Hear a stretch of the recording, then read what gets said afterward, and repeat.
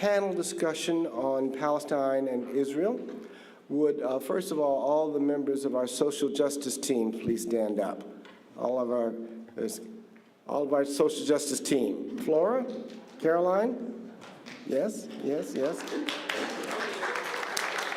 Those are our team co-leaders. We thank you for organizing this panel. Our panel today is an esteemed panel. We are so glad to have with us journalist Robert Scheer, founder of Ramparts, columnist for the Los Angeles Times, editor-in-chief of Truth Dig, and now editor-in-chief of Scheer Post, S-C-H-E-E-R-P-O-S-T, the best source of information on the internet. And next to Robert Scheer, we have Professor Marjorie Cohn, Professor Emerita at Thomas Jefferson School of Law, where she taught from 1991 to 2016, a former criminal defense attorney and past president of National Lawyers Guild. She lectures, writes, and provides commentary for local, regional, national, and international, and sometimes church audiences. And many of her outstanding articles are on Scheer Post, so I encourage you to read her there. Third, we have artist and activist Doris Bittr from the Arab Anti-Discrimination Committee, and we're so glad for you to be with us today. So we're going to start with Robert and move to his left. After each of the panelists have made their opening remarks, I will moderate. Yes? Can they go first? Oh, okay. All right. Yes, okay. Well, then we'll start with Doris on the far end and move this way toward Robert. And then I'll moderate a discussion among them, and then we will open it to Q&A from the congregation, from the audience. If you would like to submit a question, Josh, where are you? Josh has index cards? Yes. So please fill out your card questions, hand them to Josh, and he'll bring them to me. If you're on Zoom, you can submit your questions in the Q&A. Use the Q&A button to submit your questions from Zoom. And so without further ado, Doris Bittr, please. Thank you. Can you hear me? No. Let me make sure.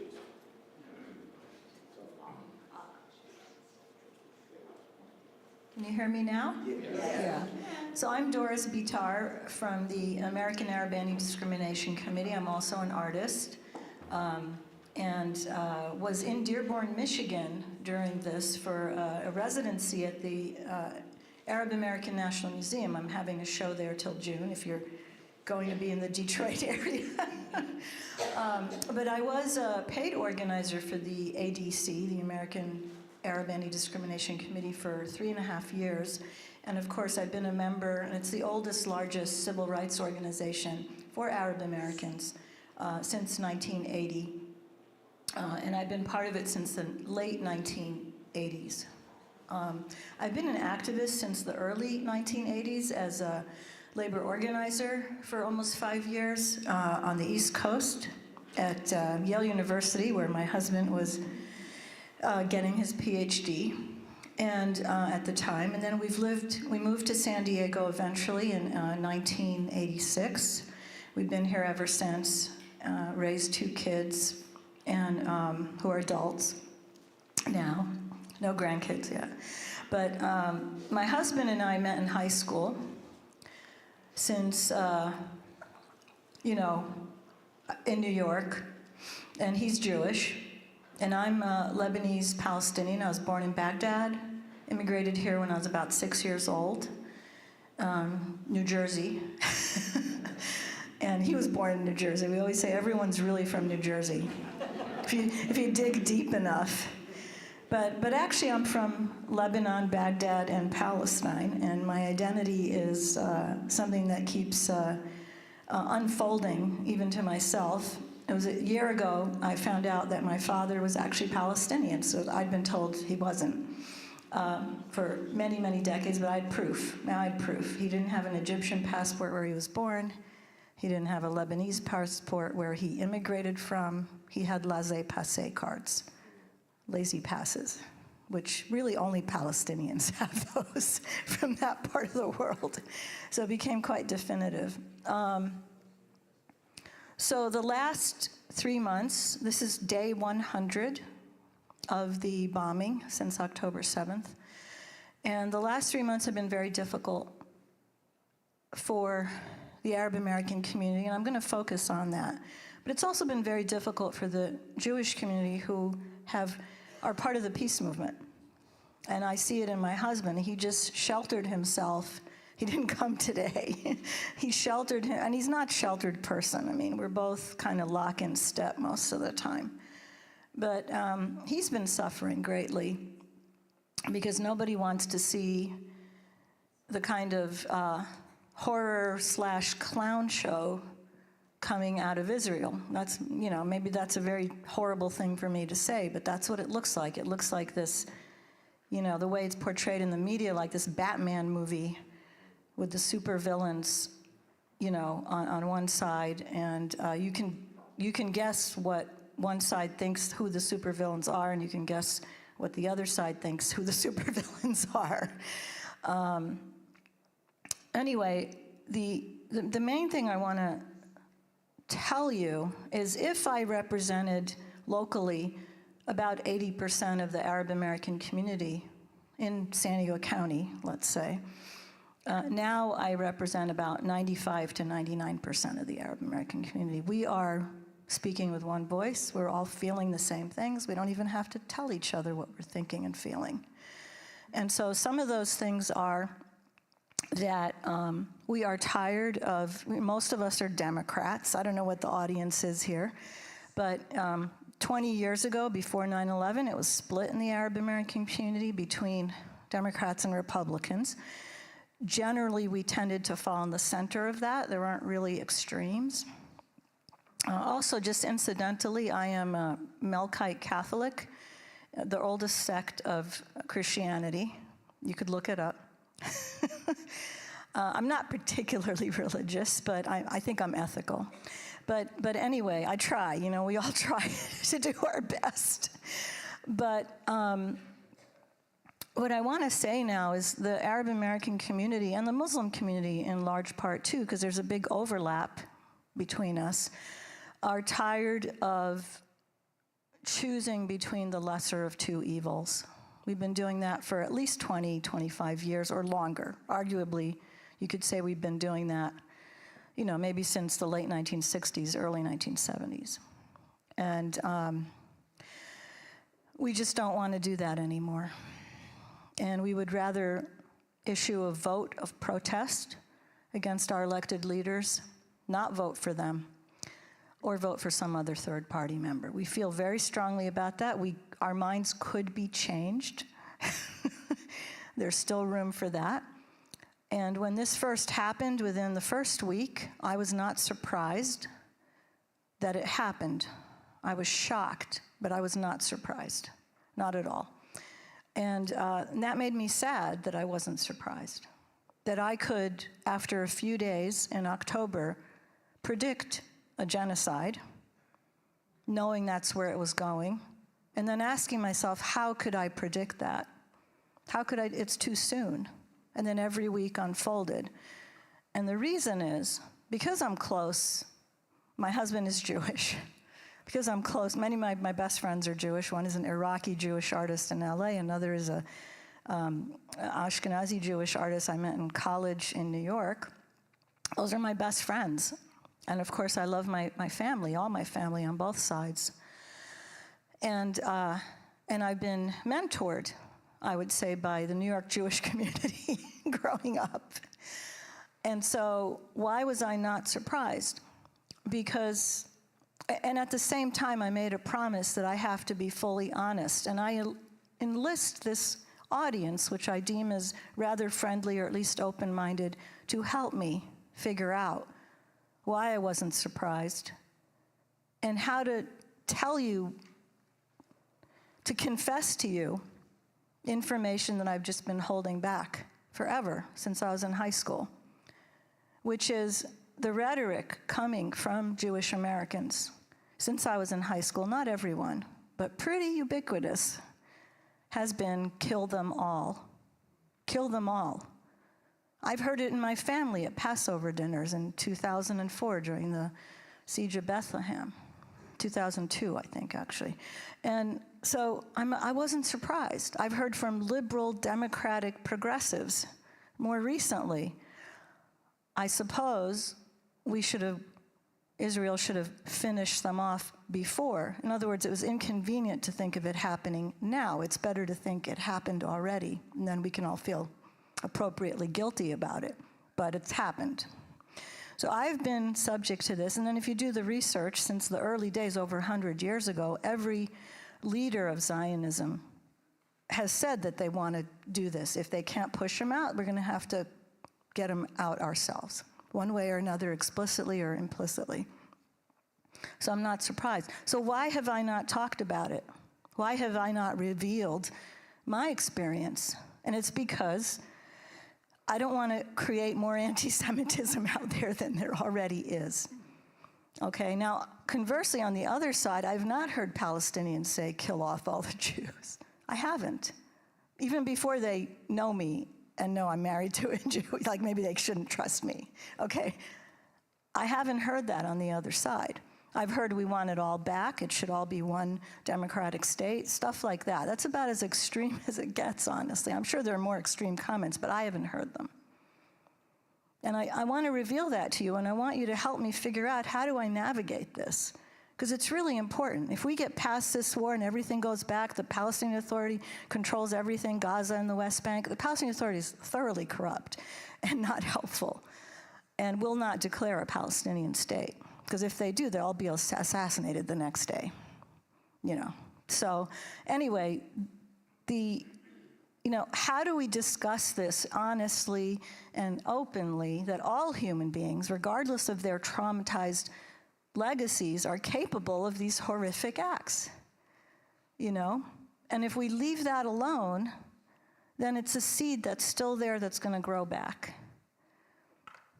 Another seed we leave alone is we have to be aware of who decides who speaks on the Palestinian side, because it's always been decided by the United States, perhaps the European Union, and of course the Israelis. They get to choose who's on the Palestinian side instead of letting the Palestinians choose themselves.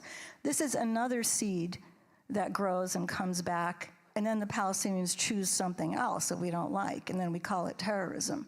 So how do we move forward, however it is, whether it's a two-state solution, whether it becomes a one-state, however we move forward to a peaceful space, are we going to allow these seeds that have really harmed the situation, really rendered it impossible for any peace to last? Are we going to keep these growing? Are we going to support?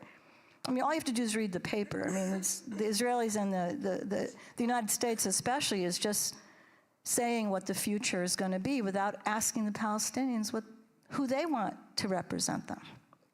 And we have a pretty good idea of who they want to represent them. It tends to be civil society, unions, women's groups, labor groups, business groups, all kinds of educational organizations. It's a consortium. They've been out there since forever and solidified since 2004, and we never hear about them. One more thing. I'm sorry if I'm talking too long. The peace movement worldwide and in the United States is diverse. It has Israelis, Jews, Arabs, Palestinians, and others that we call internationals from all over the world who are neither of Arab or Jewish or Palestinian and Israeli, but are part of the peace movement. It is huge right now.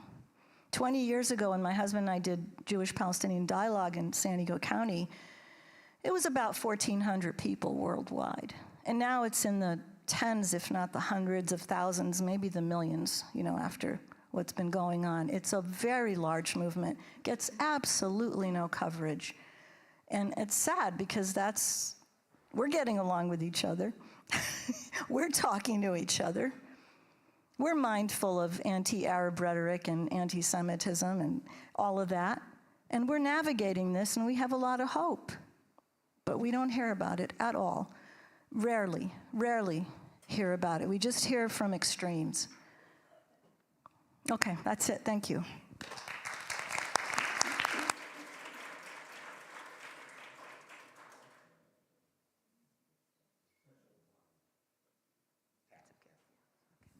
Can you hear me? Yeah, okay. Yes, it's my pleasure to be on this panel with Doris and Bob. I've known both of them for many years, and I want to thank Reverend Shockley for inviting me. And so I'm going to talk about, mainly about South Africa's case against Israel in the International Court of Justice, which has been front and center in the news, even managed to squeeze itself into the corporate media, which is quite something. And of course, it's big news all over the world. For nearly 3 months, Israel enjoyed virtual impunity for its atrocious crimes against the Palestinian people. That changed on December 29th, when South Africa, which is a state party to the Genocide Convention, filed an 84-page application alleging that Israel is committing genocide in Gaza. And I want to just briefly, because we see a lot of news coverage of this, but I think it's really important to understand exactly what it is that South Africa is complaining about. What are the facts? What is happening? So South Africa cited 8 different allegations to support its contention that Israel is perpetrating genocide in Gaza. First, killing Palestinians in Gaza. Now, of course, more than 23,000 Gazans have been killed, including a large proportion of women and children, about 70%. Second, causing serious mental and bodily harm to Palestinians in Gaza, including maiming, psychological trauma, and inhuman and degrading treatment. Third, causing the forced evacuation and displacement of about 85% of Palestinians in Gaza, including children, the elderly, the disabled, the sick, and the wounded.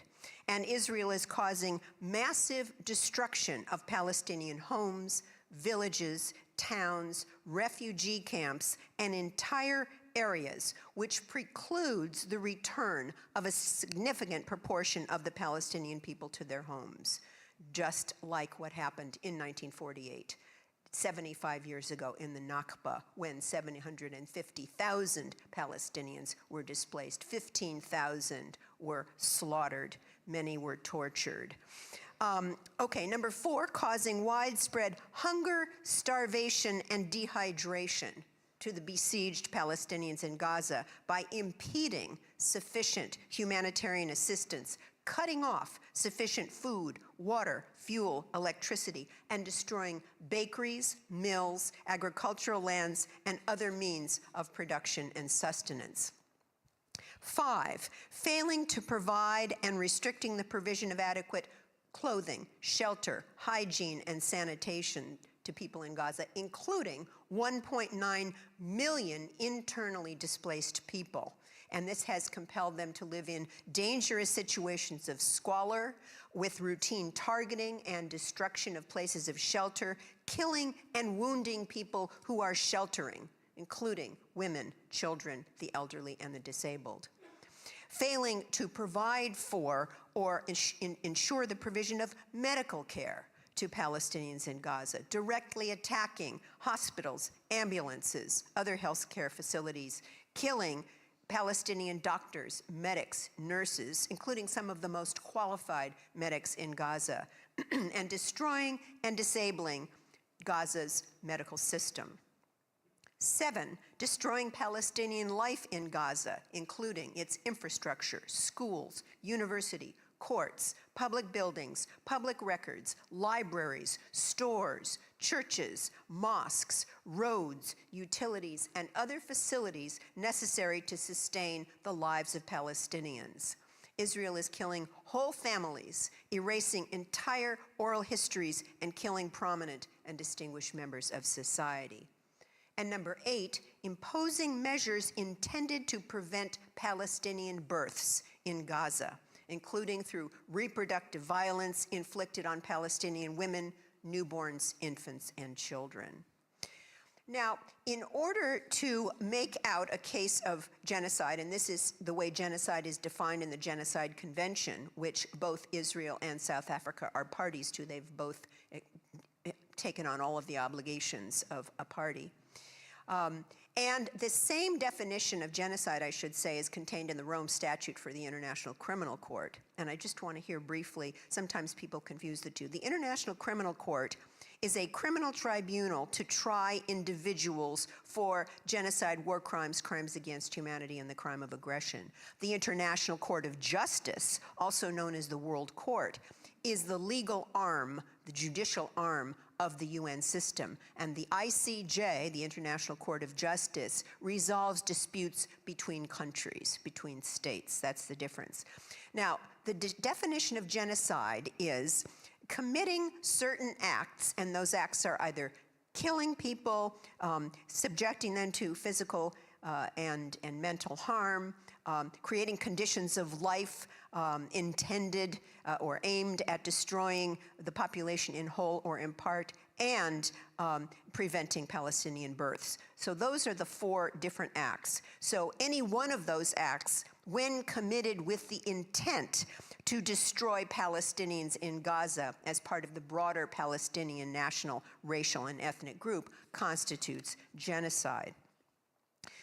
Now, when South Africa made its case in the International Court of Justice the other day, on the 11th, or in the early morning hours, and they divided it up among different lawyers, the same with Israel the next day, presented their defense.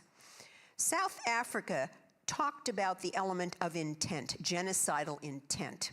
And it's very rare that a country or leaders of a country will say, we intend to commit genocide, we intend to wipe out a whole people.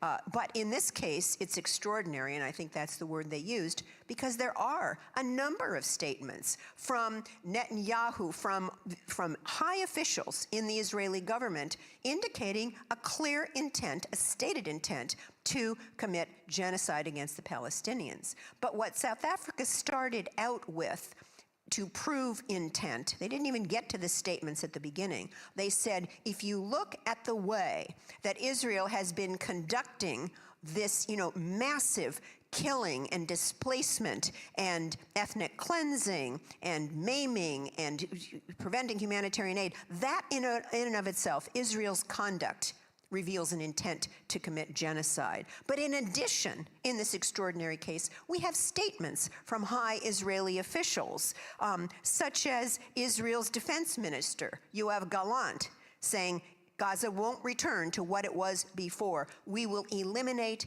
everything. If it doesn't take one day, it will take a week. It will take weeks or even months. We will reach all places. These are just a couple of examples.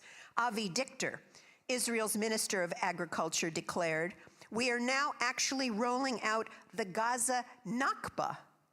They're saying that, which is a reference to the 1948 ethnic cleansing of Palestinians to create the State of Israel, as I mentioned.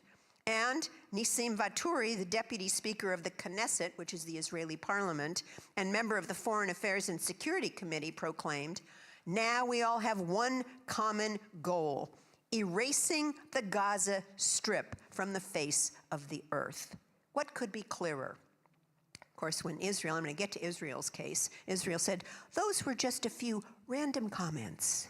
Random comments. And of course, I could have listed 10 or 15 more, but Israel dismissed them with random comments. So in South Africa's presentation to the International Court of Justice, they said in our application, and an application is the 84-page document that South Africa filed with the court, and if you want some incredible reading and understand all the details of what's happening, I strongly urge you, just do a Google for South Africa application, International Court of Justice.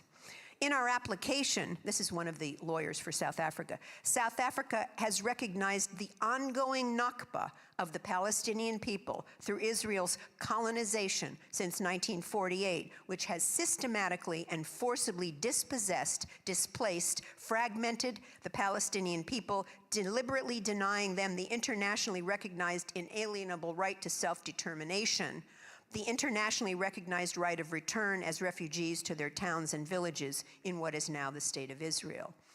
And there is no country in the world more appropriate to bring this application in the Court of Justice against Israel than South Africa. South Africa, which suffered under the yoke of apartheid since 1948, by the way. 1948 was the Nakba. 1948, the Genocide Convention was adopted. And 1948, the system of apartheid was adopted in South Africa. And they talked about parallels between South Africa and Israel. So since 1948, this application places Israel's genocidal acts and omissions within, and I'm reading from the argument of the South African lawyer in the ICJ, International Court of Justice, places Israel's genocidal acts and omissions within the broader context of Israel's 25-year apartheid, 56-year occupation, and 16-year siege imposed on the Gaza Strip, which itself has been described by UNRWA, which is the UN refugee agency, as a silent killer of people. And they quoted Nelson Mandela, of course, former president of South Africa. Quote, "In extending our hands across the light, the miles to the people of Palestine, we do so in full knowledge that we are part of humanity that is as one." These were the words of our founding president, Nelson Mandela. So they said, the South Africans said, Palestinians in Gaza are subjected to relentless bombing. Wherever they go, they are killed in their homes, in places where they seek shelter, in hospitals, in schools, in mosques, in churches, as they try to find food and water for their families. They have been killed if they failed to evacuate the places to which they have fled, and even while attempting to flee Israeli declared safe routes. Palestinian families in Gaza have lost multiple family members, and hundreds of multi-generational families have been wiped out with no remaining survivors: mothers, fathers, children, siblings, grandparents, aunts, cousins, often all killed together. This killing is nothing short of destruction of Palestinian life. It is inflicted deliberately. No one is spared, not even newborn babies. The scale of Palestinian child killings in Gaza is such that UN chiefs have described it as a graveyard for children. On the average, and just a couple more facts here from the petition, and then I'm going to make a few comments about Israel's response. On average, 247 Palestinians are being killed every day and are at risk of being killed every day, many blown to pieces. They include 48 mothers a day and over 117 children per day. Over 3 medics, 2 teachers, more than 1 UN employee, and more than 1 journalist will be killed every day.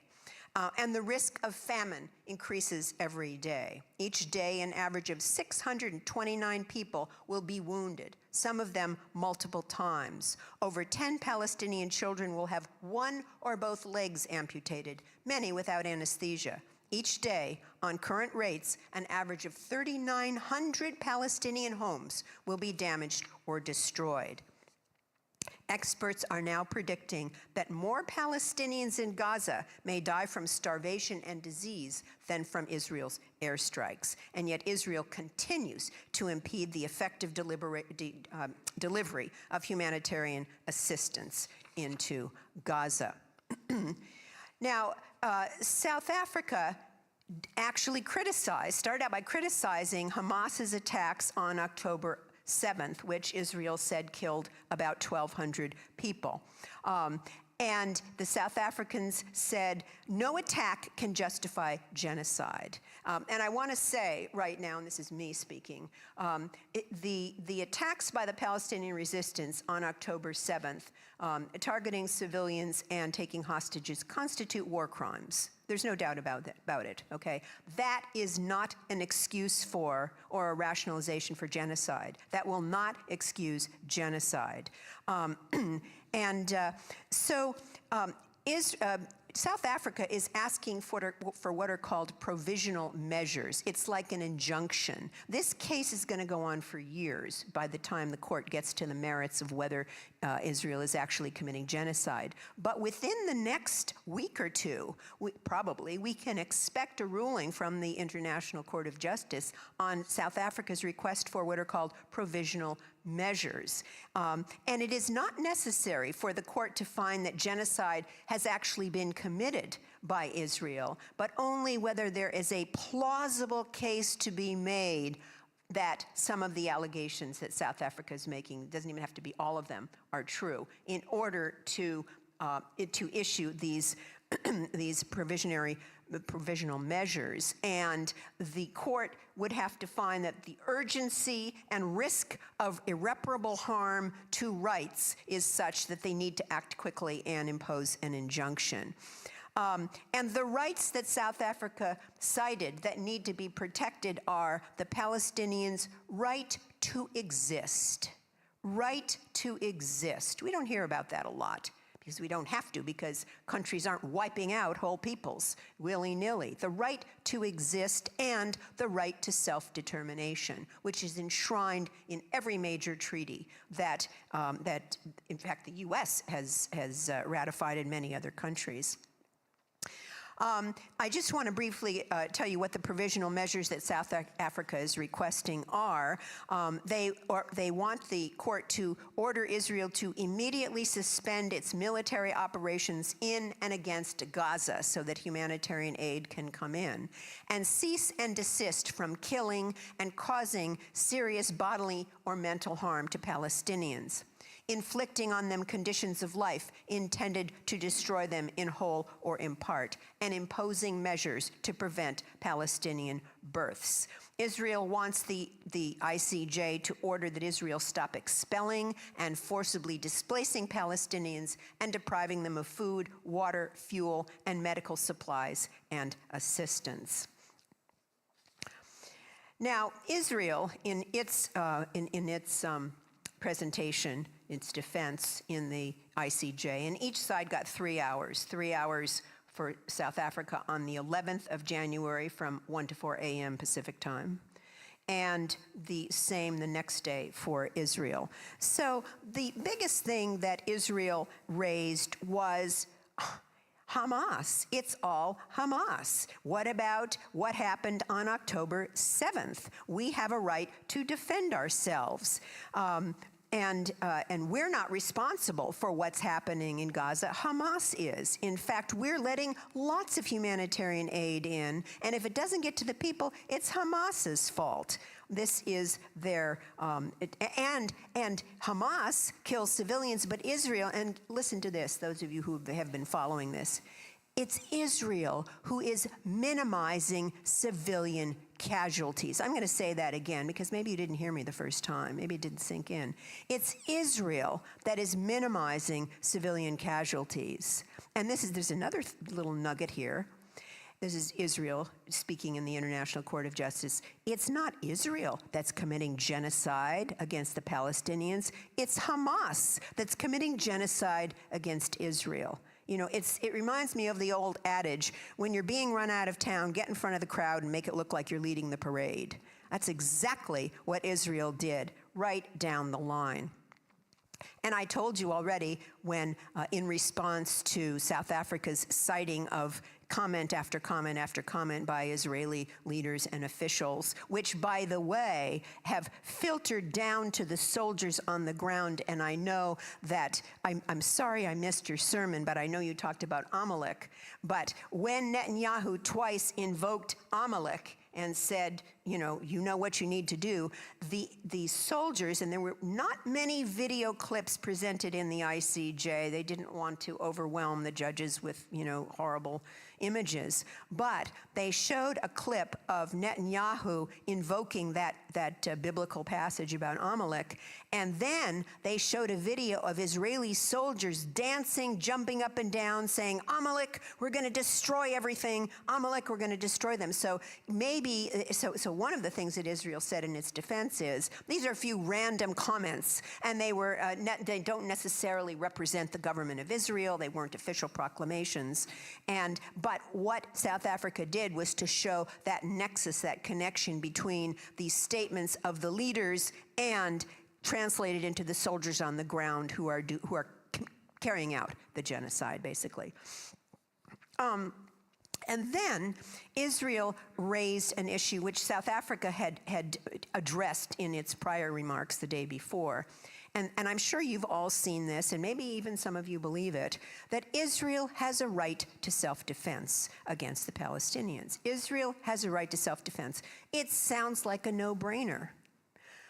It's not, and I'll tell you why. The UN Charter says that no country can use military force against another country unless it is acting in self-defense, okay? But the International Court of Justice itself, and by the way, it's also called the World Court, the ICJ itself said in its advisory opinion in the case of the illegality of Israel's barrier wall that encroaches on Palestinian land, that the right to self-defense in the UN Charter has no relevance in the Israel-Palestine situation because an occupier, Israel's the occupier, occupying Palestinian territory, the occupier has no right to use military force in self-defense against the people it occupies. And so Israel says, well, this is not occupied territory because in 2005 we pulled out of Gaza. Well, they pulled their military troops out and they pulled some of the Jewish settlers out, but Israel maintains effective control, and that's the element required, effective control over Gaza. They control everything that comes in and out of Gaza, food, electricity, infrastructure, the air space, the sea, everything, absolutely everything. And so Israel can't say, it's not occupied. Plus, very recently, the Security Council, which hardly does anything without the U.S. vetoing, acting as political and diplomatic cover for Israel, the Security Council itself talked about Gaza as being part of the occupied territory, occupied since 1967.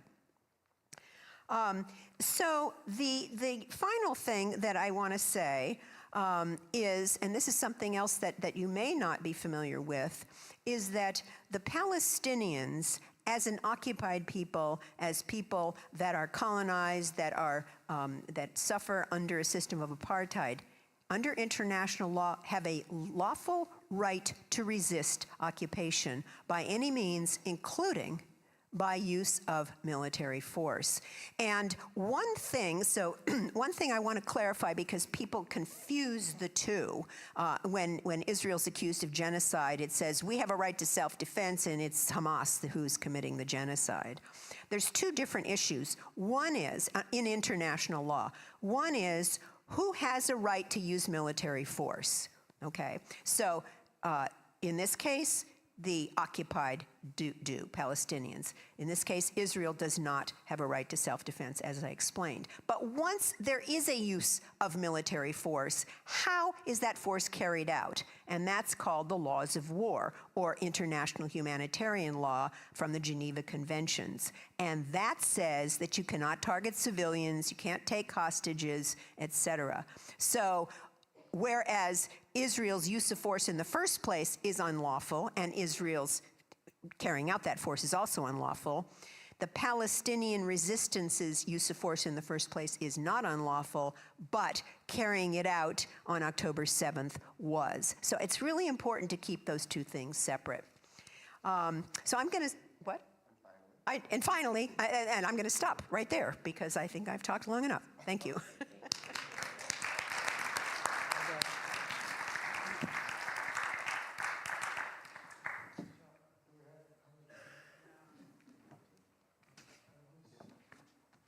They're going to get it for a second. There we go. A little more volume. Or should we switch mics? There. Okay, there you go. Okay, listen, you didn't need 3 speakers today.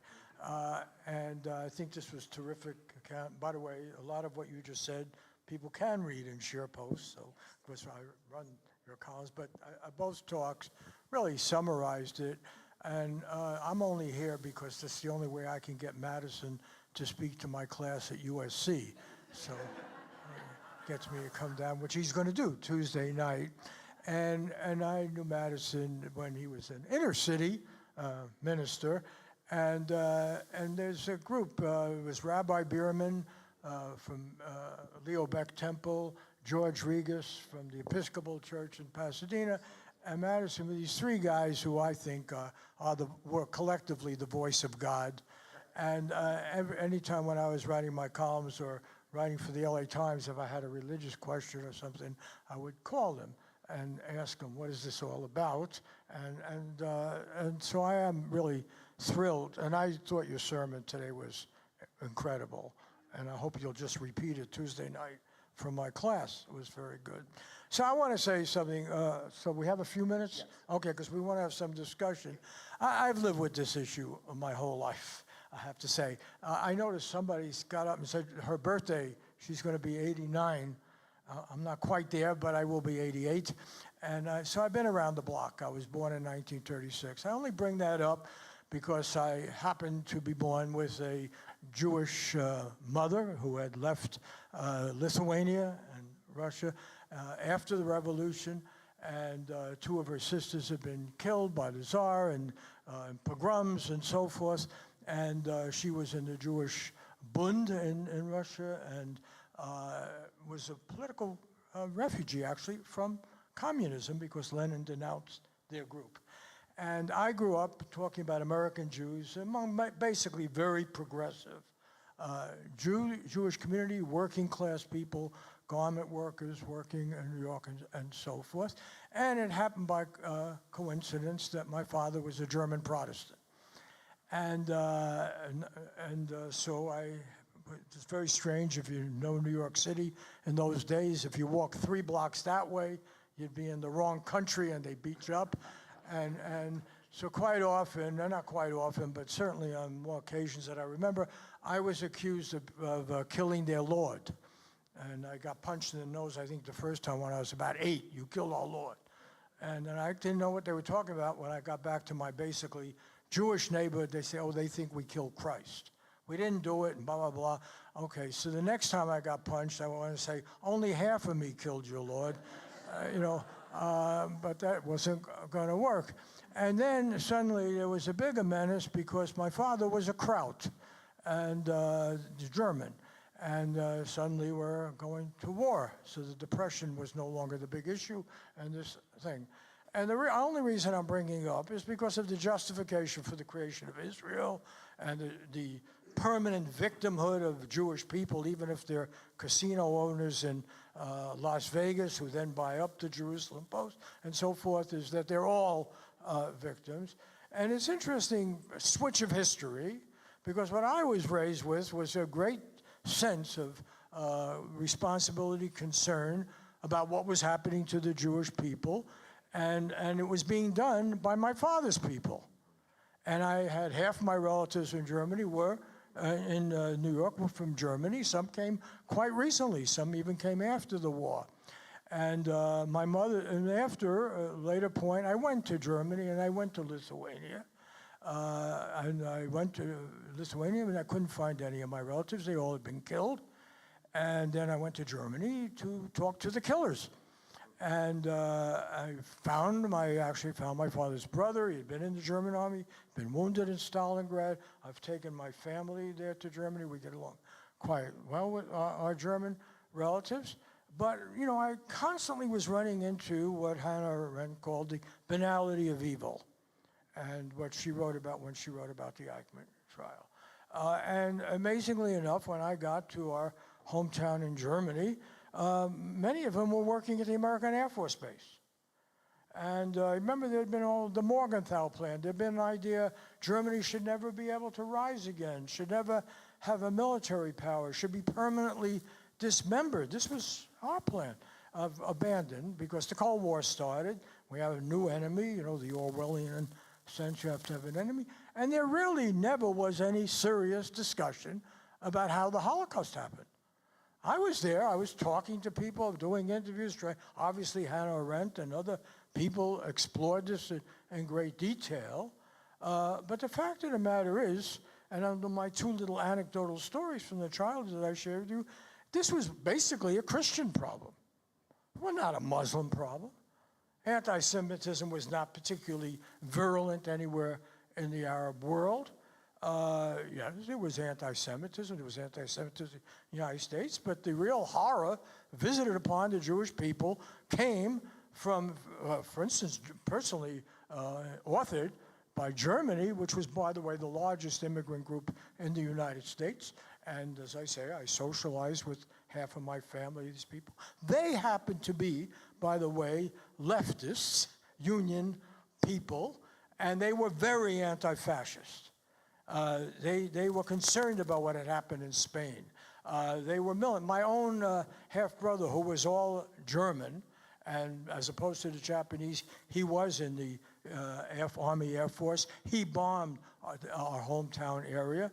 And he was involved in actually an action that had something to do with liberation of a camp. But the fact of the matter is, my German relatives who opposed Hitler, and our family, when I got there, they said, yeah, your father would cause us a lot of trouble here.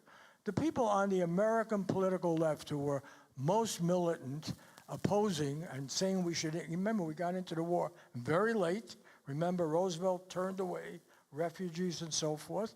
And the people who were concerned about what happened to Jewish people that I knew, and particularly in the German community, which was not so extensive, were people who happened to be, in the words of Martin Luther King, what was that statement, concerned about people and not nations, and had a political ethic that said all people mattered.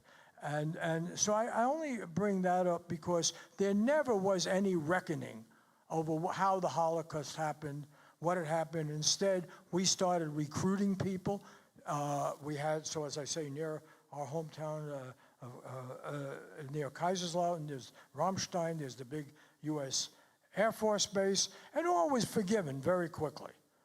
My German aunt was working at the Air Force base and so forth. It was all forgotten. Somehow, this horror, the worst crime of modern history, committed by white people, by Christians and so forth, accepted by both the Protestant and Catholic Church and so forth, and by the way, extended quite far all through Europe, support for this.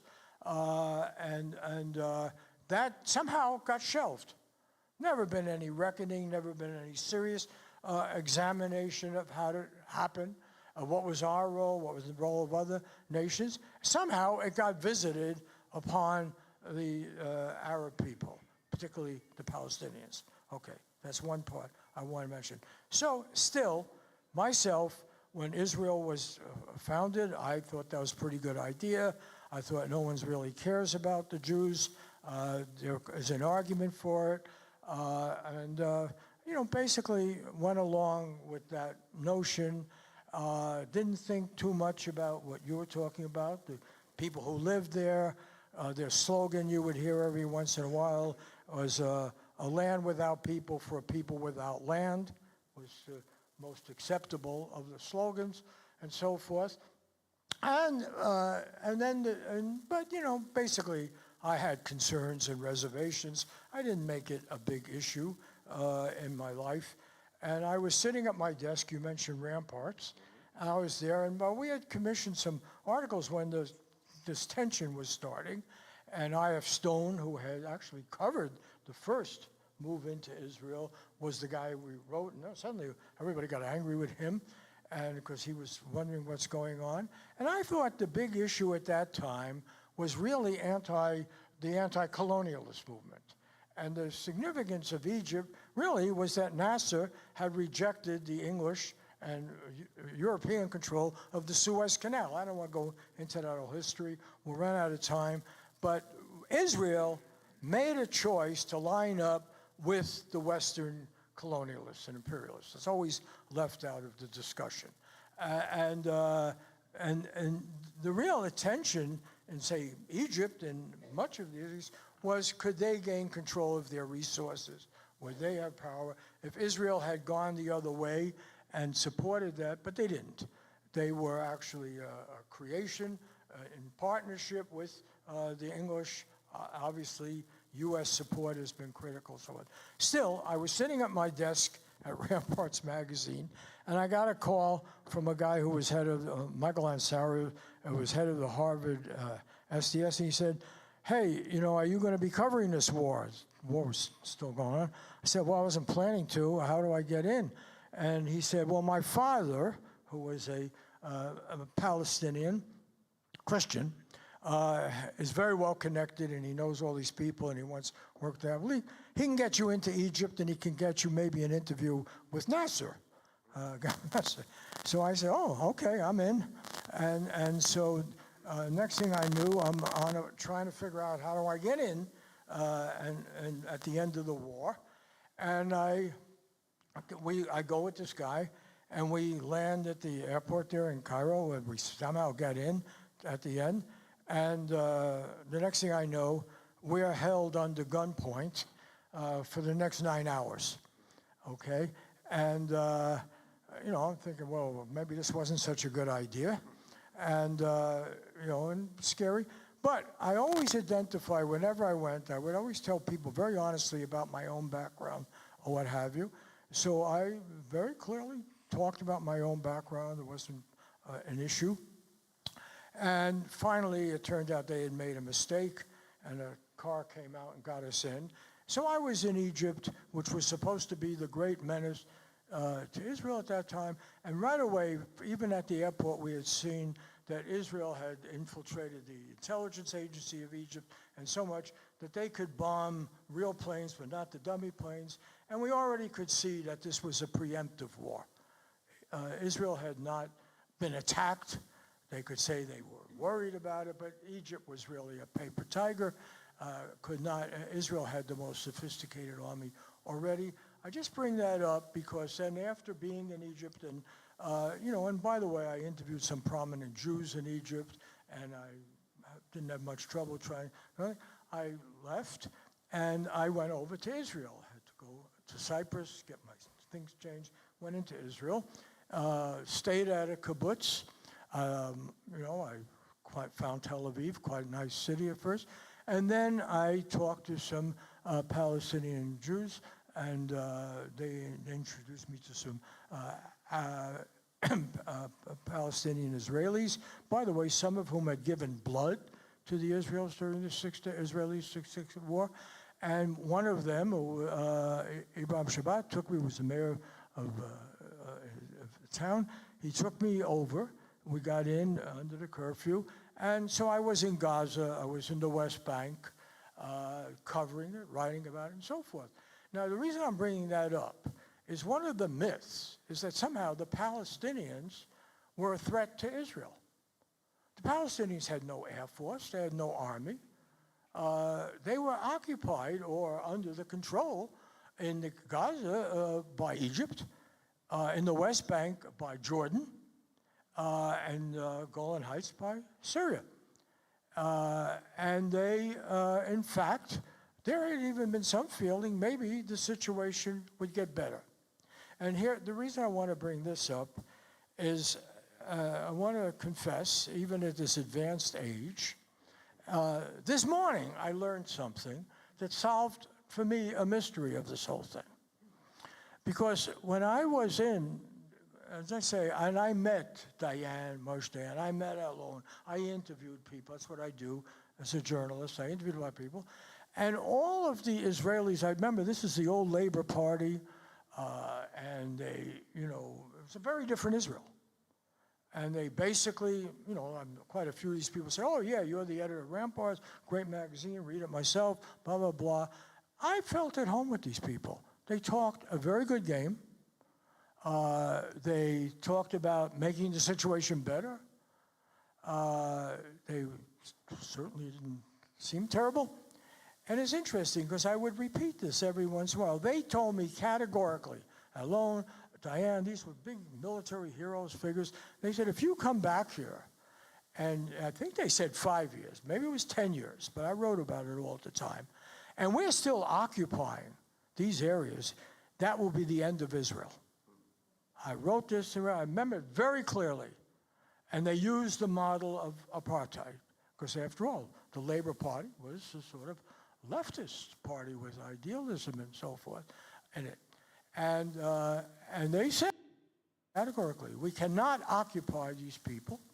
They all conceded none of these people had attacked them. They had not threatened Israel.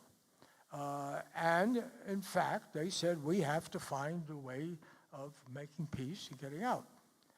Now, I want to recommend for future education, look at a movie called The Gatekeepers. And The Gatekeepers, you can get it for $3 on Amazon Prime. You can buy it for 10. 3, you can rent it.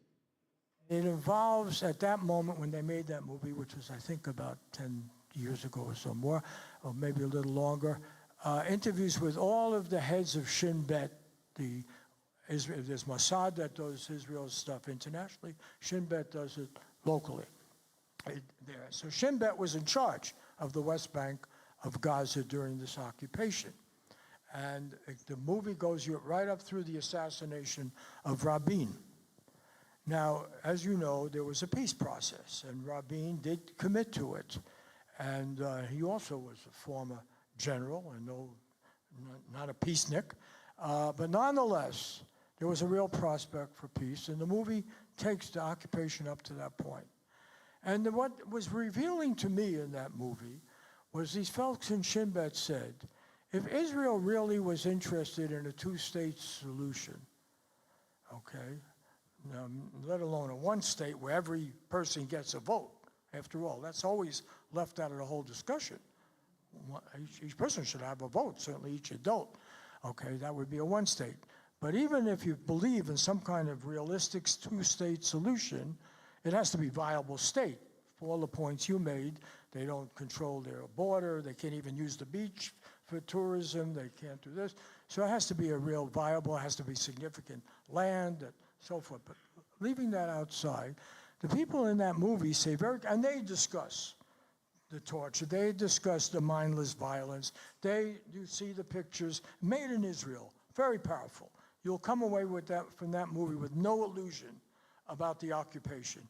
Fierce, repressive, no rights. It's a horrible, horrible occupation. It is the biggest open-air prison, but not just in Gaza, the West Bank, and so forth. And they admit all that. And they actually say it destroyed their image. This is the Shin Bet guys, the top guys, saying that this occupation has destroyed life. The proof of it was the assassination of Rabin and the unleashing of these fanatics that are the current government of Israel. This is not the same Israel, okay? But the point is that they say very clearly that if the government really believed in a two-state solution, they should have communicated it to us. And we were not told. We treated this as an occupation, and we treated it in a fierce, brutal way. They're very clear about that. They don't run away from it. You said you learned something this morning. Huh? You said you learned something this morning. This morning, I'm going to get to, I'll end with that, okay.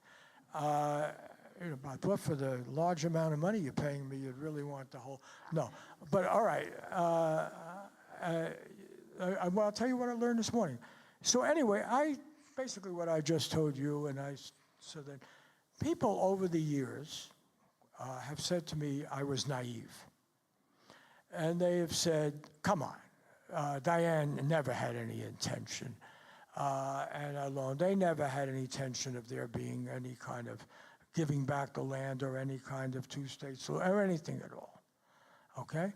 And over the years, I came to see on both points, whether it was a preemptive war, the Six-Day War, and on whether there was ever going to be any concession to the Palestinians who were living there. that I was naive. I resisted too, because they talked a very good game over the years.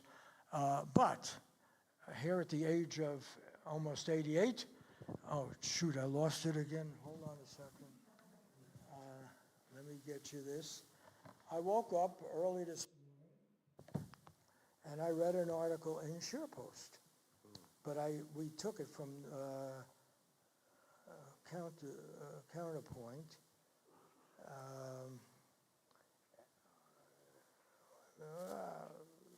Here. And it's written by a very good, interesting guy. He won the 4 Emmys or so, talking about his own evolution, Stephen Moore. But he has this quote, and that I had forgotten about or didn't pay attention to, and it came from Diane, the same guy I've been saying. And this is something Diane said 10 years before the Six-Day War, Moshe Dayan. And it was a military statement he made. Quote, "We are a generation of settlers, and without the steel helmet and the cannon, we cannot plant a tree and build a home. This is the fate of our generation, and the choice of our life to be prepared and armed, strong and tough, or otherwise the sword will slip from our fist and our life will be snuffed out. What cause have we to complain about their fierce hatred for us? For 8 years now, they sit in their refugee camps in Gaza, and before their eyes we turn into our homestead the land and villages in which they and their forefathers have lived. Let us not be afraid to see the hatred that accompanies and consumes the lives of hundreds of thousands of Arabs who sit all around us and wait for the moment when their hands will be able to reach our blood." That's Moshe Dayan 10 years before the Six-Day War. So the illusion that somehow there was this kind David of an Israel that wanted to get along and was willing to accept all kinds of decent values, and so is utter nonsense. Zionism, and that was the point made in this particular article, at its heart is a barbaric notion. At its heart. And that's what people have really, including myself, have resisted saying. And by the proof of it would be, if you're going to talk about any possible solution, it has to get, and this is the absurdity of the U.S. position, we are denying this very thing which we have proclaimed to the world of one person, one vote. We have denied that every single human being has to have agency, has to have power, has to be able to exert their influence in the area where they're living. And the discussion always breaks down over this very point. And the proof of it was and Rabin's own wife has said, these people in the current government killed her husband. That was the moment of truth. There was not a perfect solution by any means that had been negotiated. But on the other hand, at least it accepted the notion that the individuals living cannot be permanently occupied in a prison camp, you know. And so I just bring that up because I want to cut through the whole argument. You know, when you leave here and you go talk to your neighbors, you talk to other people, I know this, I have these discussions endlessly, day after day, they will say, oh, they had no choice. And it's utter nonsense. The choice to have a state dominated by one religious group, right, in an area where other people of different religions have been living, that you have moved into and occupied, and then grabbed even more territory in the name of a false preemptive war in which they were certainly not attacking you, and you went on to make peace with Jordan, you made peace with Egypt, you're even making peace with Saudi Arabia, and yet you're holding the Palestinians responsible and you're denying them the most elementary basic. There is no argument. And there I want to agree with what you said in the first comment about how we see the Democratic Party and how we see Biden. You cannot accept as a lesser evil someone who condones genocide. You can't. That's the end of story. And for almost every single member of Congress to criticize Zionism with with being anti-Semitic is an insult to the Jewish people. Because it's saying that if you don't accept a particular political solution that some of the people that carry your identifier have favored, there were Jews who cooperated with the Nazis in the camps and killed other Jews, right? And there were names for them. And so the idea that somehow the U.S. Congress almost unanimously, in both the House and Senate, could condemn anyone like the two of us who are Jews who dare criticize this Zionist enterprise and tell us we are anti-Semitic.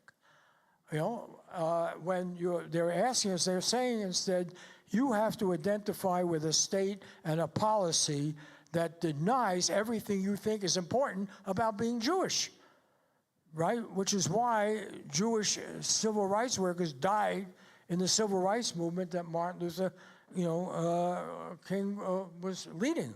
So I want to make that clear, and I just feel, don't let them own the narrative. And it doesn't take a whole lot of work. As I tell my students, in a couple of hours, you can get up to speed on this stuff. Check it out. All right. Thank you.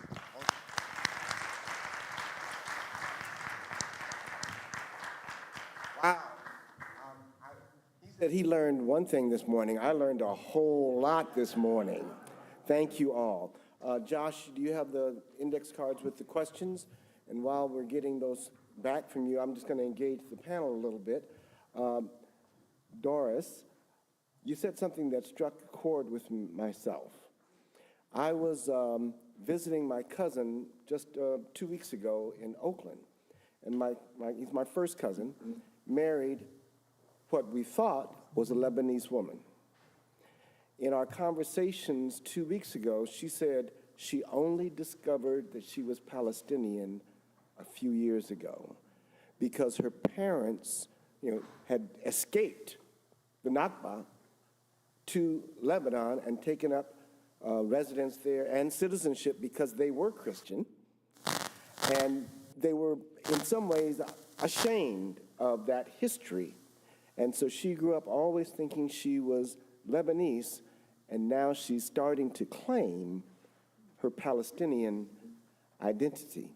So I just want you to expand a little bit about this Palestinian identity in America, because identity in America is a very important concept, and I know a little bit about that myself. On the bottom. Did you tap it? There should be a green light. Now it's green. Do you hear me? Yes. Okay. I guess it was like asleep for a few minutes. Yeah, I mean, I was making notes about things I want to say before. Can you hear me? Yes. Before we go today, and so this relates to one of them, which is, classism, racism within Arab culture. My mother is very white, European looking. My father's kind of like, could pass as white, but could also be perceived as African. And so there's a lot of shame around all of that and a lot of ways of hiding it. And so my family was very conservative and identified with the colonizers, let's say, whoever they were, not the Ottomans so much, but the French in Lebanon, the British later, the Americans now. And so there was, I was saying I was a labor organizer in my early 20s. At the same time, my own father, who was Palestinian, was firing people at his company who were trying to organize a union at the same exact time. And so, these contradictions exist. I mean, it was the Jewish side of my family, my husband's family, that were very liberal and progressive, and I was much more aligned and learned from them, how to deal with these contradictions. And so people are complex. And, I mean, my parents were, especially my mother, was an absolute racist. Created a whole story about how we were all really originally Italian or French, or I don't know. She came up with this whole lineage for us. ignoring my father's lineage, ignoring our African roots, ignoring, everything. So, I just think that kind of awareness of racism and classism is something we also have to be mindful of. And in Israel today, DNA-wise, the Palestinians are the original Jews. They have the same DNA as the Mizrahi Jews. The Mizrahi Jews are the Arab Jews from all over, including from there, but largely from Iraq, from Syria, and from Egypt, and other places, Morocco, of course. And you got the Ethiopian Jews in there. And the Ethiopian, the Mizrahis themselves are a majority among Israeli Jews. They're a majority. They're over 50%. With the Ethiopians, they're even more 50%, more than 50%, maybe at that point, let's say 55%. I don't know. I'm making numbers up, but conservatively, I'm making them up. And and then with the 20% who are Palestinian Israelis, you got a majority of Arabs in Israel. Okay, without the Palestinians in the occupied territory. But who is represented, who represents people in the Knesset is largely Ashkenazi white Jews. So this big majority, now we're up to like 80% plus, of Israel proper, without even the occupied territories, is largely unrepresented in the Knesset. So you have a very deeply racist culture. And I identify with this in some ways because we're always making up stories about our lineage. Most Lebanese and Palestinians, you scratch the surface, there were a few prominent families. Most of us were farmers, not long ago, And what I remember through my parents and my grandparents is we all existed together, Jews, Muslims, Christians. And there was a pecking order, but largely the accomplishments of the Arab world, who gave us templates for our cities, our modern day cities right now. They even consulted with engineers in LA for the LA Metro. They consulted with Egyptian and Iraqi engineers. So when you hear someone say they haven't done anything in 1,000 years, that's not true. But I'm off subject a little. But what I want to say is that we just have to be aware of those complexities. Yeah. There isn't like one side is great and the other isn't. In my husband's family as well. I want to extend your time to answer a question here and something you had raised earlier. The question is it true that only 8% of Gazans participated in the election that allowed Hamas to take control? And you talked about the unrepresented and the voiceless Palestinians. You mentioned that if the Palestinian Authority declared a Palestinian state or joined the two-state solution, that they would be assassinated the next day.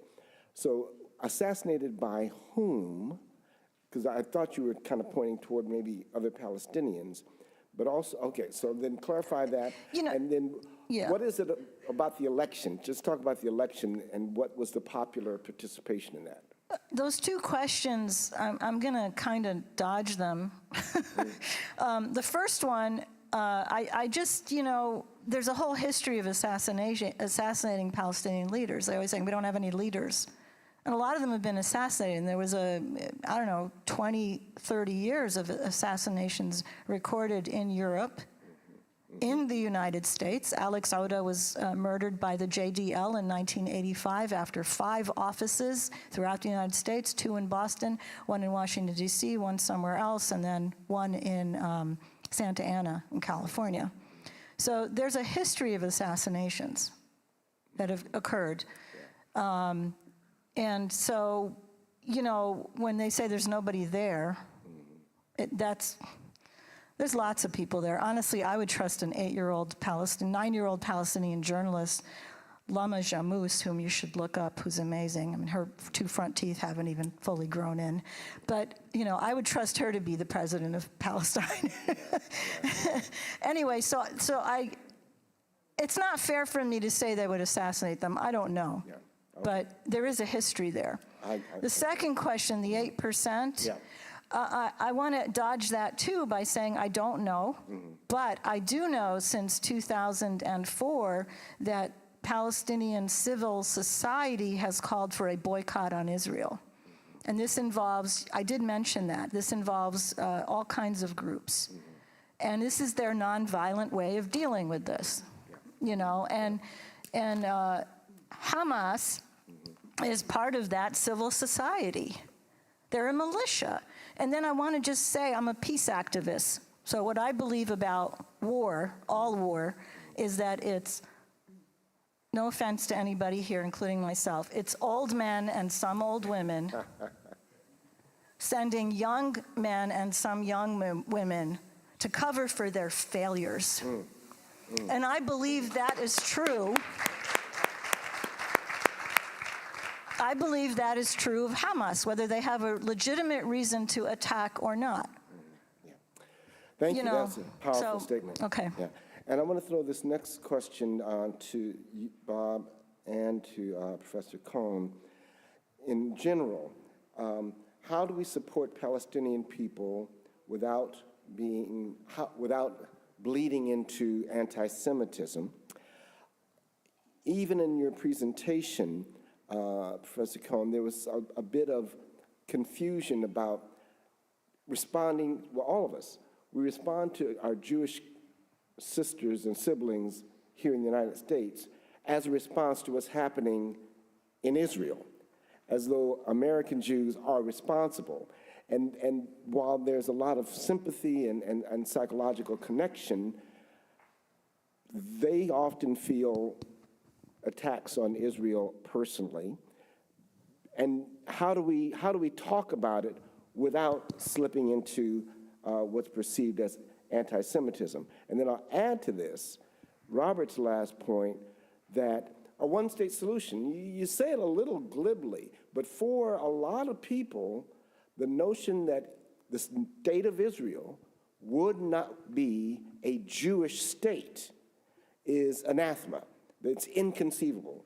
And so the one state, one person, one vote solution eliminates the possibility, although Doris is suggesting that possibility may have already been breached, except that many of those Mizrahi are Jewish, a majority Jewish state, which is the very criteria for the state of Israel. Because if it's not a Jewish state, would it even be called Israel? So all of those things lead us into this touchy area of how do we talk about this without falling into anti-Semitism. Can I, Yes. can I start? Yeah. I write, as Bob knows, for many years, very controversial left-wing things. And I get, a lot of, often preaching to the choir, no pun intended, a lot of people on the left, cheerleading, but I do get some pushback. But the most vitriol I get is when I write and criticize Israel. I get ugly, violent threats, emails calling me a self-hating Jew. And of course, the Holocaust, what about the Holocaust, et cetera. And I think it's really, this was mentioned, and I believe that Bob mentioned it, but I'm pretty sure Bob mentioned it. It's really, really important to be clear that anti-Zionism is not anti-Semitism, that you can criticize the policies of Israel, and that is not criticizing all Jews. Anti-Zionism is not anti-Semitism. That's really, really important. And there is a book that I recommend to you, not just because I have an essay in the book, I just think it's a good book. It's called Reclaiming Judaism from Zionism. And it's 40 testimonials of people who used to be Zionists. I was never really anything, but I'm in the book. Rabbis and students and activists and journalists, et cetera, their stories. Reclaiming Judaism from Zionism. It's edited by Carolyn Karcher.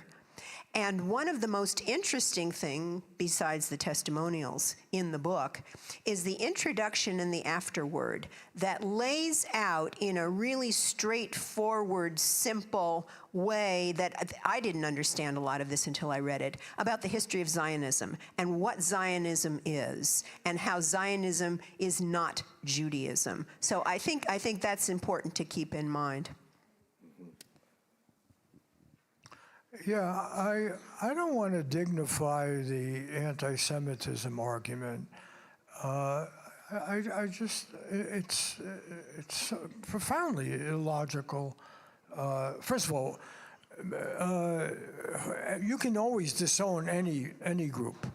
You know, for instance, your Rabbi Bierman could not fully function as a rabbi in Israel, because there are people who have political clout there that say this version of the Jewish religion that the vast majority of American Jews pursue. They aren't Orthodox, and they're not of a particular Orthodox brand. They're Reform, or they're conservative, or they're secular. Yeah. It's a very large group in Israel. That's why you had all these demonstrations, right? Because Netanyahu's coalition constantly makes concessions that a majority of Israelis don't accept. So the very idea that any group gets to define what it means to be Jewish, which is, after all, the great thing about the whole Jewish tradition. It gets into jokes like, you know, how many different versions you have, but is the idea that it's up to Jewish people to define for themselves what their relationship to this history is. For instance, in my own mother's case, she found the Passover ritual and dinner, she found primitive religious mumbo-jumbo, and why do I want to wish the plagues on anybody, or so forth. You know, but my mother was, I felt, very much a Jew. And she had to flee communist Russia, by the way, and one of the first waves of Jews leaving the country. But that, you know, on the other hand, her sister, who came over with her in steerage, was a Zionist from day one. And so certainly she had that choice. The problem is when your definition of a Jewish state involves ethnic cleansing or occupation of other people and denying their rights. It's that simple. But there's no other way to maintain no, but you a Jewish can. majority I state. understand, but you know, I'm sorry. You know, maybe I'd like to live in a Catholic America, for example. You know, and I can maybe even argue maybe that would be good for my safety. But I don't have the right to then imprison all the non-Catholics. I'm just going to push you one foot further. No. I want to be clear about this. Okay. No people in the world, whether you're talking about, has the right to seize control. This is what happened here, by the way, with Gaza. And Gaza is not even an area Israel claimed to have, okay? They did their ethnic cleansing. Palestinians moved to lots of different places.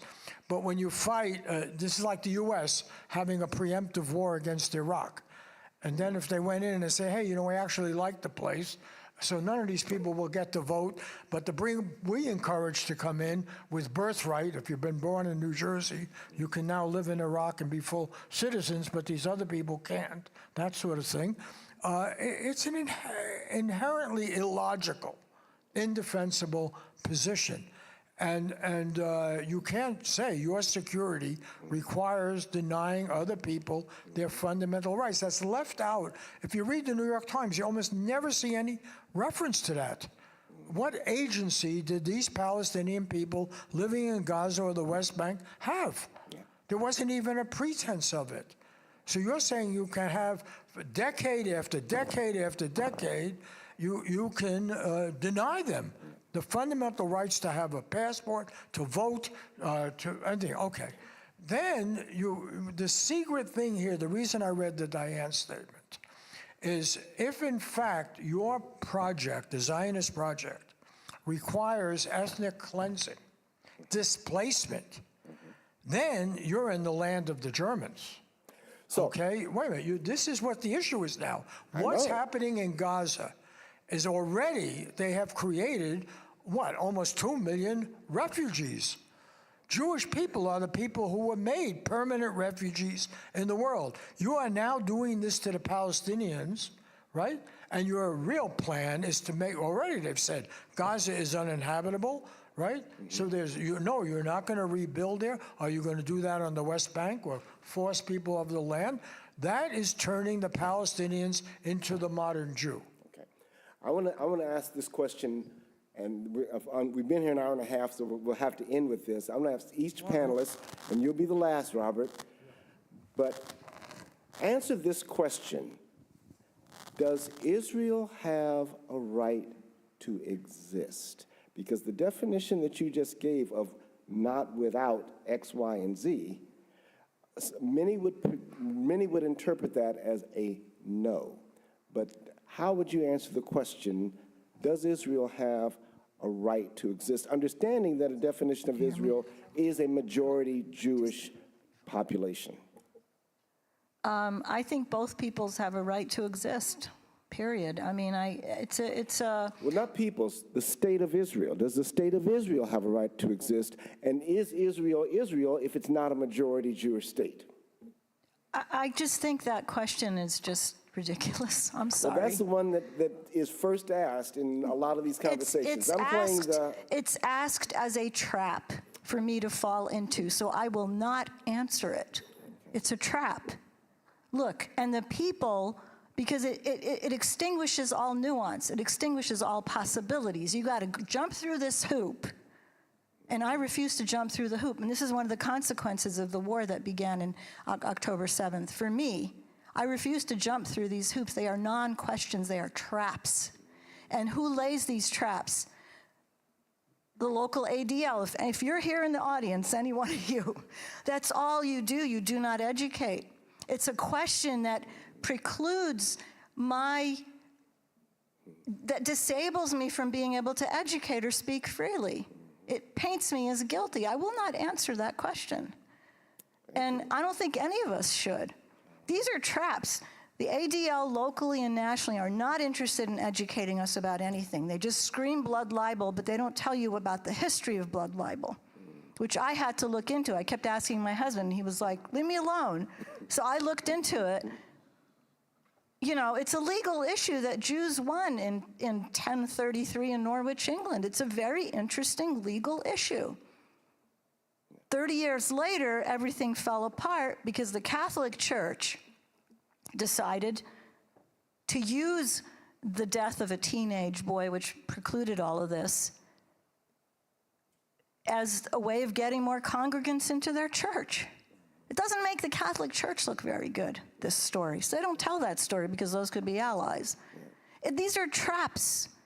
Does Israel have a right to defend itself? Does Israel have a right to exist? These are all traps. So you can say, gotcha. I got you. You're an anti-Semite now. And then we can't have any more discussion.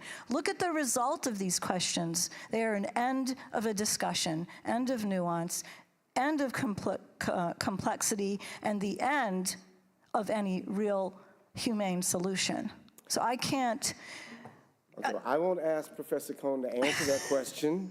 I'll ask you to add to it. I would like to address the issue, yes. There is a history that goes way, way back, thousands of years, where Christians were persecuted. And there are many people in the United States today that feel like Christians are still being persecuted and that really the Founding Fathers intended this as a Christian nation, notwithstanding the facts that they didn't. And in fact, we see this playing out with the election of Donald Trump and the appointment of 3 members of the Supreme Court that led to a majority to overturn Roe versus Wade, which is nothing other than a religious decision. And so I think you also need to ask, should the United States of America be a theocracy? Because I think a lot of people think that it should. And in terms of Israel, my feeling is that, and I think that you alluded to this with the one-state solution, First of all, the two-state solution, which is parroted by U.S. Government, the U.S. government and a number of other people, including a lot of people on the left, it may be at one point it sounded like a good idea, but if you look at a map of Israel-Palestine, it's physically impossible. It has been so broken up and atomized, there's no way geographically you could have a two-state solution.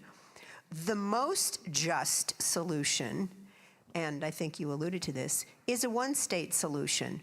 Yes, Israel has a right to exist, assuming that everybody in Israel, and not just Israelis, have the right to vote, which means, and this is why Israel is so terrified of this, because there are more Arabs in Israel, as Doris said, than there are Jews. One person, one vote. And the thing that I forgot to mention when I mentioned South African apartheid is that Human Rights Watch, Amnesty International, the National Lawyers Guild, special rapporteurs from the UN have all said that Israel is an apartheid society. Israel is a democracy if you're Jewish, and they talk about the only democracy in the Middle East is Israel. Israel is not a democracy if you're not Jewish.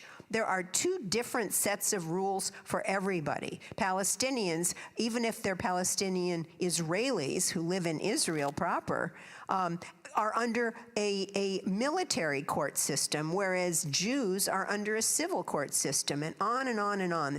Everything is separate, and there's a hierarchy there. So and there's been a lot of talk about, well, the Palestinians are saying we'll be free from the river to the sea, and that means they want to wipe out Israel, which is not true. The river to the sea means equal rights for everybody, Palestinian and Jewish. So I think that it's really important to dispel those myths. And does Israel have the right to exist as an all-Jewish state and maintain a system of apartheid and settler colonialism and occupation against the Palestinian people? No. The answer is no.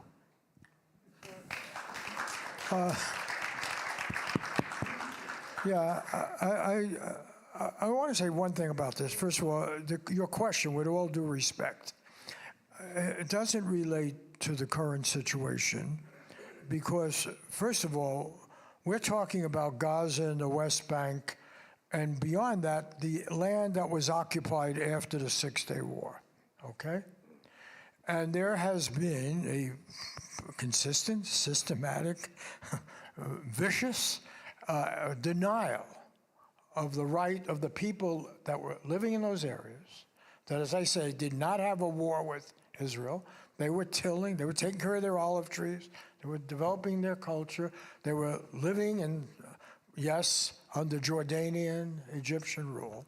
Israel made its peace with Jordan and Egypt, and so we're really talking, to begin with, right? And what the real issue is the David and Goliath myths. And the image of Israel is somehow they're not subject to any normal rules, because certainly a normal rule is they had no right to keep this occupied. They had no right to have a war in the occupied area. They weren't not attacked by people. They had no right to seize their olive groves or what have you. So that's to begin with. The defense of it always is that Israel's David. They need their security. It's a big lie. The fact is, and this is where for an American audience, let's put the question differently. Should the United States give a blank check to Israel in anything it does? Should the United States, here, this Democratic president insisted on throwing billions more to Israel's sight on saying the former vice president signed off on bombs dropped. So the question, I think, is not a good one, because the fact of the matter is, we're talking about should our government be underwriting and be the main supporter of what this government in Israel does, no matter what it does, okay? And they're using our weapons, they're committing genocide right now with our support. So what's vicious about what the Congress did is they said, those of us who dare criticize you're giving a blank check to Israel are anti-Semitic, right? You know, that's really what they're doing. They're denying our freedom, whether we're Jewish or not. They're denying our freedom to say how our tax dollars are spent. That really is the anti-Semitism argument here. That is what the ADL does. If you dare criticize what a secular state is doing, this is not an act of God, you know, and it's no way can it be defined as being anti-Semitic. You know, these are what people have decided in their parliament with their leader. And the irony here is that the majority of Israelis think their government is illegitimate. They think this guy Netanyahu is a crook.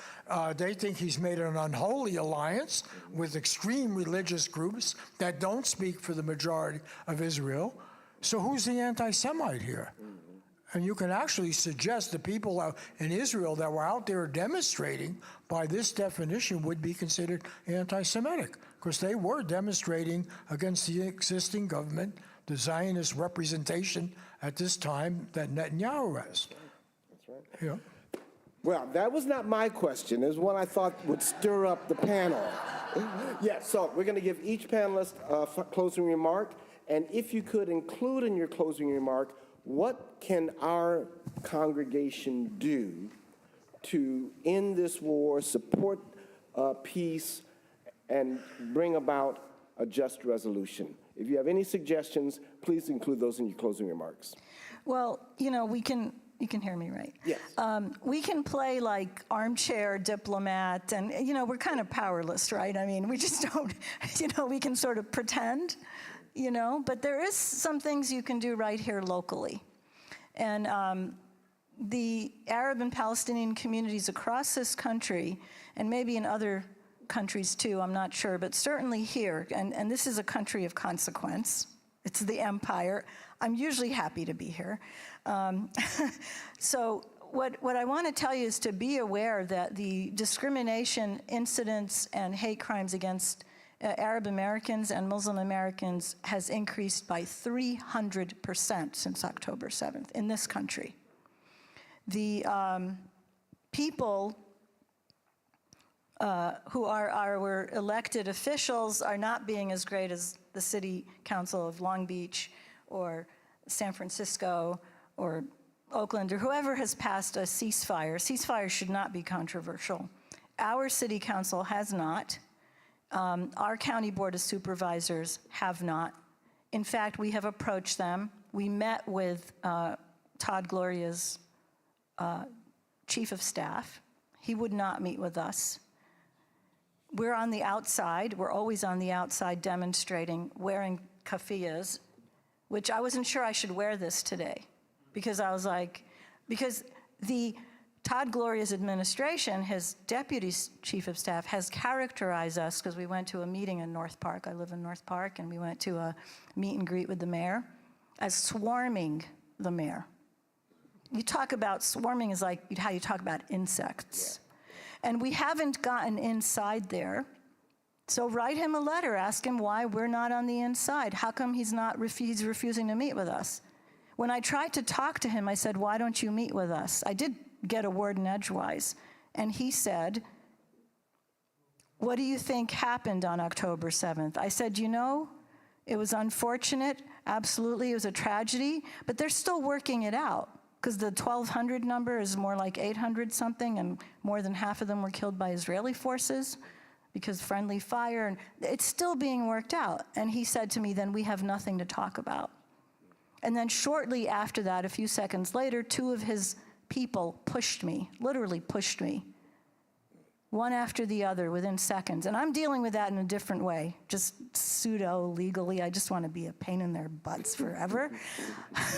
So the other thing, the County Board of Supervisors on the 5th of December, one of those days, their last meeting in December, passed a resolution maligning Iranian and Palestinian people in San Diego County as aiding and abetting terrorism. You can go look at that. It wasn't in the paper. It wasn't broadcast in the paper. We got to get rid of that. Agenda item 31, December 5th or something like that, their last meeting.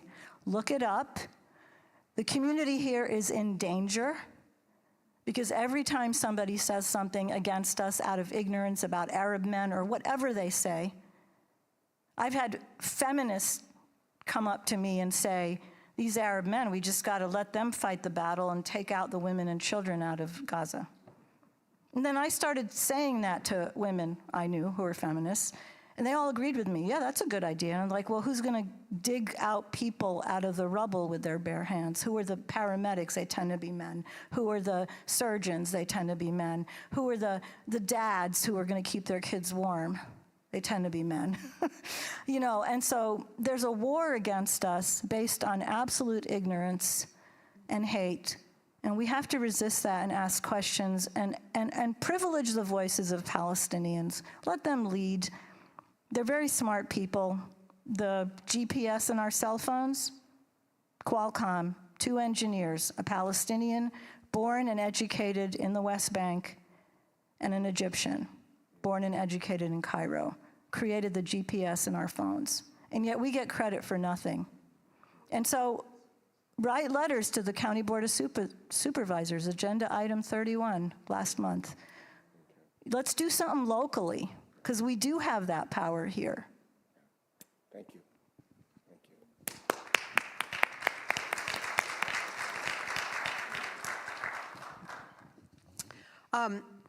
you. Is this on? Yeah.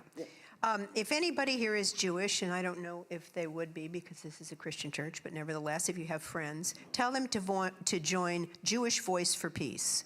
Jewish Voice for Peace is a really, really good progressive organization that opposes apartheid, opposes settler colonialism, opposes the occupation, and is very much opposed to what's happening right now in Palestine. The Center for Constitutional Rights, on behalf of Palestinian human rights groups, Palestinians and Palestinian Americans, filed a lawsuit, I think it was in November, against, and this I think relates to what Bob was saying, against Joe Biden, Secretary of State Antony Blinken, and Secretary of Defense Lloyd Austin for complicity in genocide and failure to prevent genocide under the Genocide Convention. And 70 groups have signed on to that lawsuit, and that is currently pending in federal court in San Francisco, and there's going to be a hearing in January. And I think that's very important, because one thing we can't forget here is that but for the United States' unconditional support of Israel through money, through arms, through political and diplomatic cover at the UN, et cetera, Israel could not be committing genocide against the Palestinians. That's really important. There is one country that is about to formally join Israel's defense in the International Court of Justice and file papers. And you know what country that is? Germany, exactly, Germany. Talk about bending over backwards to do the wrong thing. There you go, defensively. Now, if you are not familiar with Roots Action, you should Google Roots Action, because there is a form there that you can fill out to join hundreds of thousands of people all over the world in asking other countries that are parties to the Genocide Convention to join South Africa's lawsuit against Israel. Roots Action. And finally, and I think it was Doris who mentioned this, the BDS, did you mention BDS movement? Yeah. So, right.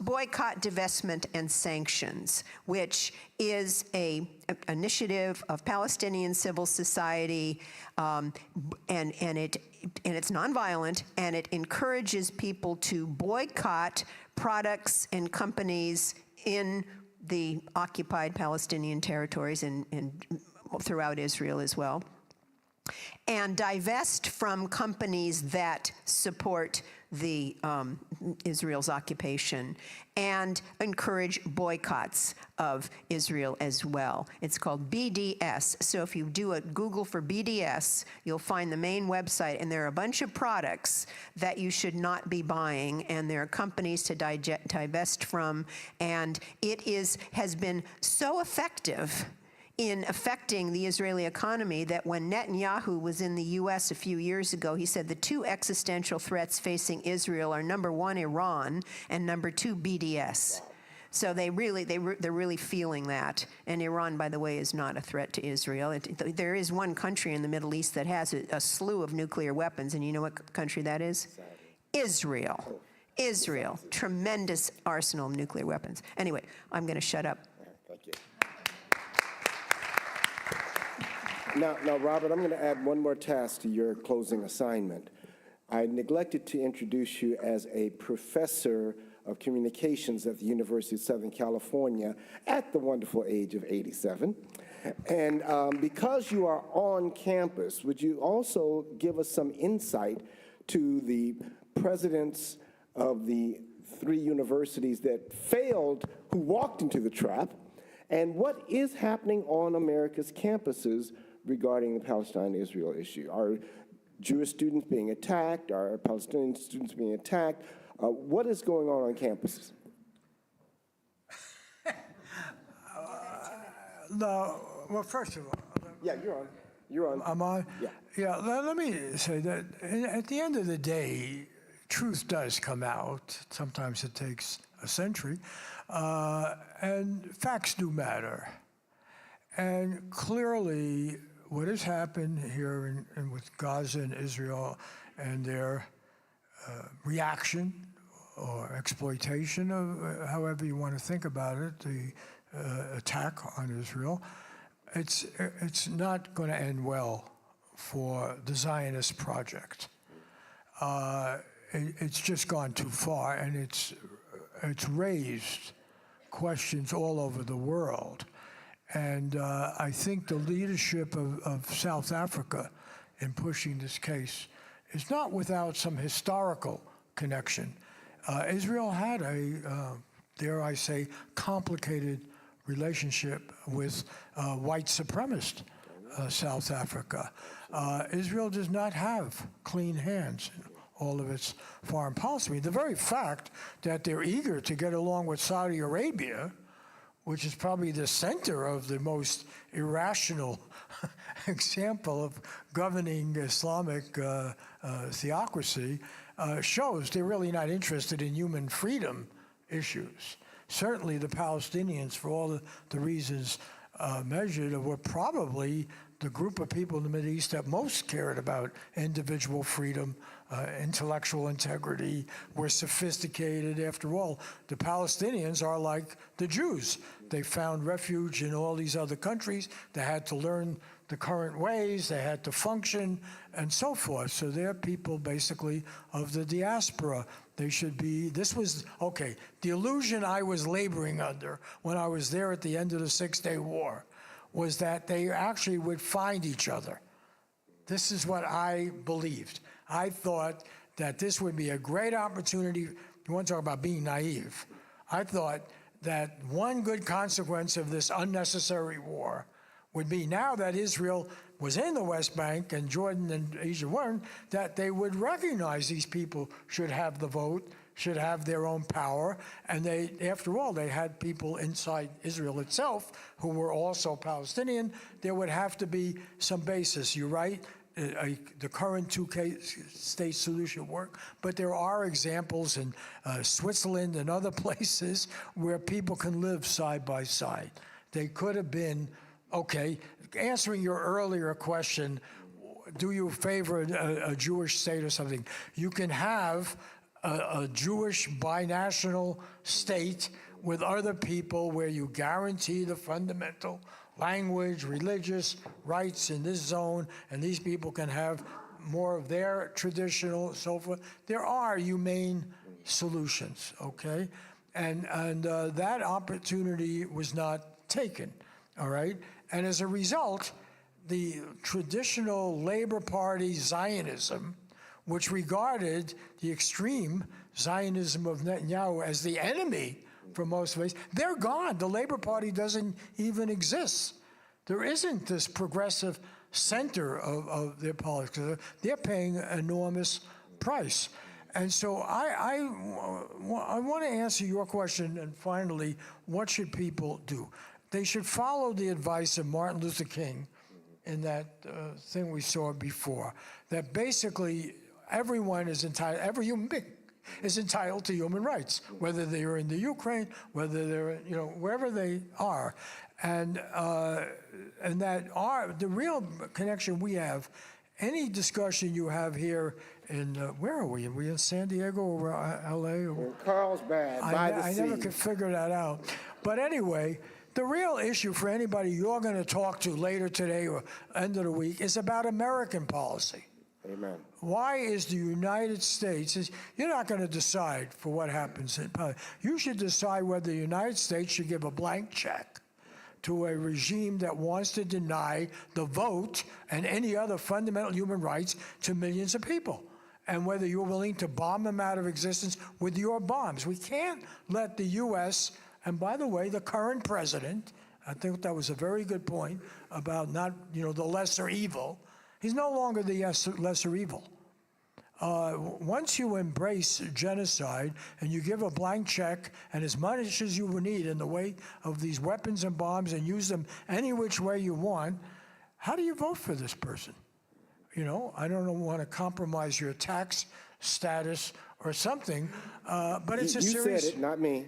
Okay, but it's a serious question. Now, I'm not saying you vote for Trump, who is his own form of menace to human civilization, but the fact of the matter is, this is my main point. You just don't walk back from this. This is not just another episode. For all of the reasons that have been mentioned in your talk, this is a game changer. This is totally unacceptable, and you can't walk back from it, And if there isn't revulsion within Israeli society, that dooms Israeli society in any form. If this becomes acceptable, and then I want to say one last word about the Germans, since in my rambling remarks, I began with the Germans. This is where the Holocaust, as a lesson, I remember a very, very emotional moment. And when I came back from this Six-Day War business and wrote about it and put Ramparts into bankruptcy, I was at the 92nd Street Y in New York. And I was defending what we had done in Ramparts. And it was a very stormy session. And, and I always think, am I wrong? Or did I miss something? Blah, blah, blah, and everything. And at the end of this thing, and people were yelling at me, and everything. And this older woman came up. And she said, don't let them get to you. You're right. Somebody has to say that human rights are non-negotiable. It was Hannah Arendt. Wow. I'll just leave it at that. Yeah. Let's give our panel a big hand.